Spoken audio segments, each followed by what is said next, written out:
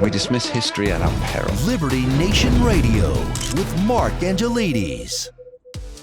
And we're back talking liberty with legal affairs editor and host of the Uprising podcast, Scott D Cosenza. Earlier in the show, we talked Democrat efforts to reshape the Supreme Court. But now, I want to move on to some law cases that have piqued both interest and outrage. Tell me, Scott, is it a bad day to be a beer drinker in New Jersey? Well, it is bad to be a beer drinker in New Jersey because the restaurant owners who own liquor licenses and make money off of selling booze and food are on the attack. And instead of attacking breweries that sell food and drinks with better service, higher quality goods, and more delicious items, they are sicking the government on them. So they have used their power with the alcohol beverage control authorities in order to make the breweries have a really bad experience for their guests. So what they've done is they've tried to throttle them so that if anybody goes to basically consume or buy beer at a brewery, it's a bad experience. They're restricting them to single serving, single wrapped, de minimis food items. They have to take a full tour before they can buy beer. They can't sell non-alcoholic coffee or soda along. So, if you want to go to the brewery with somebody who doesn't want to actually consume alcohol, the state now discourages that in the form of the ABC ruling. And it's all designed, Mark, to crush their business and make it an inhospitable comparison to the restaurants and bars that own very expensive liquor licenses in New Jersey. Well, so that appears to me to be the crux of the issue. So a liquor license in New Jersey can cost hundreds of thousands of dollars, if not more.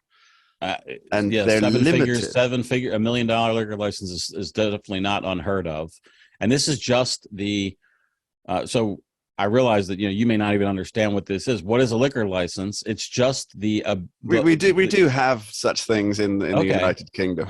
All right. Well, I know that there are countries. I mean, it doesn't make any particular sense that there would be a fantastically high fee to basically extract money from the public's pocket, because of course the liquor license owners don't pay for the license. The customers do. Every bit of intoxicating liquor is sold at a massive markup in order to feed the states or the localities, liquor license along with the taxing authorities. So there's roughly between, I think it's 120 to 140 breweries in the New Jersey area. Do they have any recourse against this list? And please, if you get a chance, audience, go and check out this list of horrendous and troublemaking regulations that have to be followed. And it does even mention, I believe, a single wrap cracker in the rulings. But is there any... The entirety of the list is important, Mark, because it reveals how preposterous it is that this government agency is about, the health and safety and welfare of the citizens of New Jersey, when in fact, nothing could be further from the truth.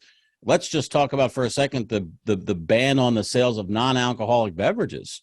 I mean, just that alone, you take somebody who drives to this place, right? And by the way, food does slow the absorption of alcohol. So if you wanted to encourage responsible consumption of alcohol, provide a cheese board. Yeah, exactly right. You wouldn't want to ban it. And you also wouldn't want to ban the ability for somebody to buy a soda or a coffee. It's just again, this is the agency that's protecting New Jerseyans, or is it? Yeah, that's state and federal agencies often have their own agendas behind things. Now, Scott, very quickly, I just want to move on to Amazon, which is a home favorite of many people, but I believe that they are not quite as upfront with their customers about certain things as liberty lovers, freedom lovers would like.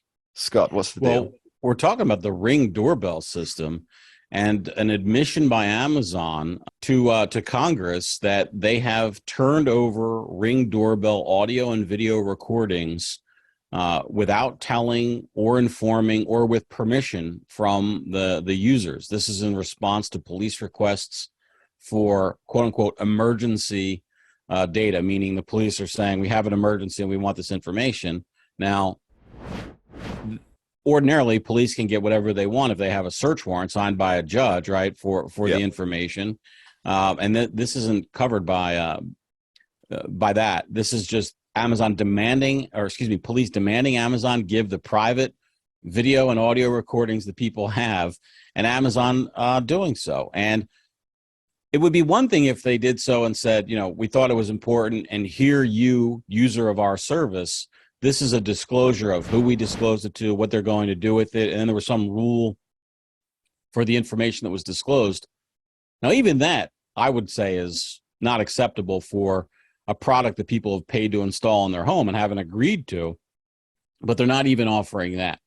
They're just disclosing it in these instances. I think there's about a dozen of them, and not telling anyone. So the moral of the story and the good that we can do here, Mark, is that there are some security settings within the Amazon product sphere that encrypt people's information, that would disallow Amazon from even being able to access it, much less than provide that access to third parties. So anybody who runs that system should really consider their privacy options. Surely there's a lawsuit waiting to happen here, though, Scott.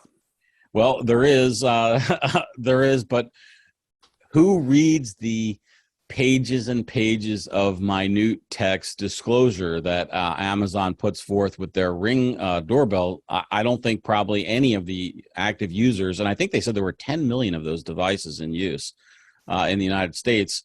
I can't imagine, even accessing the user agreement to read is likely something that most people haven't done, much less actually complete reading it. So there may be some get out of jail free card for Amazon deep in that language, Mark. We'll obviously. But surely the onerousness of the instructions and the details itself is cause for concern in terms of privacy. So I haven't been paid to represent Amazon, but I will say this: it's a doorbell that captures video and audio for certain purposes. If those purposes are expanded upon by the company rather than the end user, that is a problem. But whether the licensing and use agreement authorizes some of that, I can tell you without question, I have not read that agreement, so I can't tell you.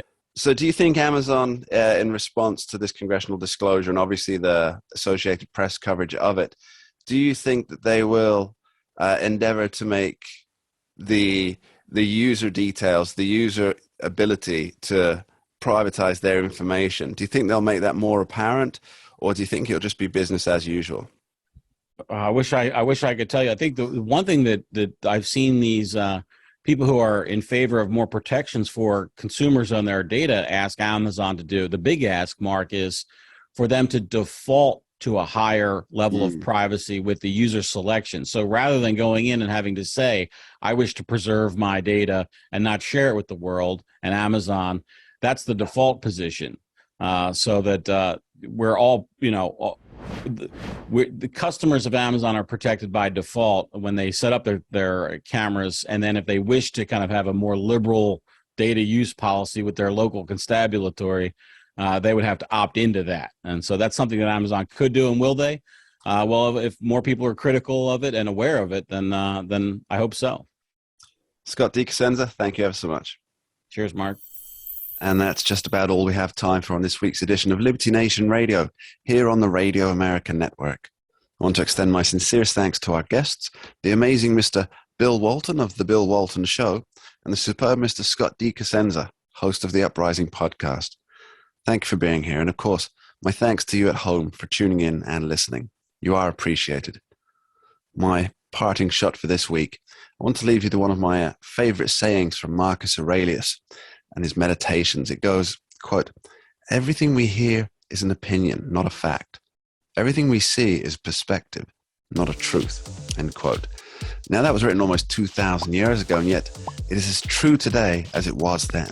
And it's a lesson that we can all take to heart, and one that may prove us a better understanding of those who are driven by anger and certitude, and ultimately allow us to forgive the same within ourselves. We dismiss history at our peril. Liberty Nation Radio with Mark Angelides. We're doing it! For real, really real. Liberty Nation. And Jeff Charles, contributor for LibertyNation.com. I think we're starting to make an impact. Liberty style, fighting for freedom. The tracking poll sponsored by Liberty Nation for Thursday. Mentioned by Dan Bongino, Rasmussen, Jordan Peterson, and I can others. do it again if you want me to. Cited in Mark Levin's American Marxism. I think we're starting to make a real big impact. Getting noticed. We're doing it. Rock on. I'm gone.